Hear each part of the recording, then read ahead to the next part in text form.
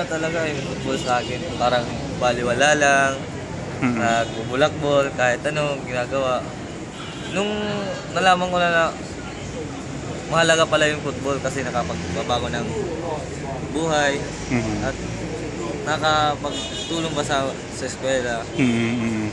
Yun, pinagpatuloy ko. Tapos pagkatapos ng pagdating ng Yolanda, parang naisip ko, wala na akong gana, wala na akong maisip kung maglalaro pa ako. Kasi, puro na ano eh. Parang nasira din yung pangarap mo mag-football. Tapos, pagdating ko sa Maynila, tinawagan ako, laro ka ulit, mag-tryout ka. Yun, parang nanibago ako. Maglaro pa ako ulit. May pag-asa ko pala. Tapos, pinagpatuloy ko.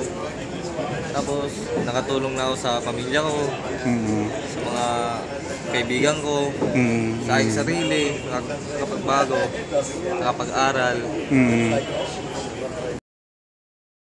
Sa sa stadium po namin po. Pero hindi pa rin siya maayos. Pero pinapagtiyagaan namin maglaro kami. Kahit mataas yung damo, makapaglaro lang.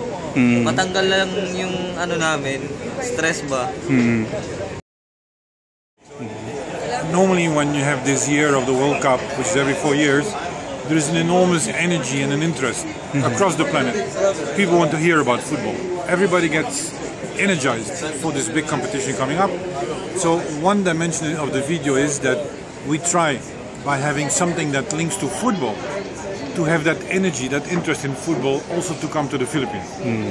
Secondly, what you see in the Visayas is that even if in the Philippines the football is not the #1 sport, there is many young children who want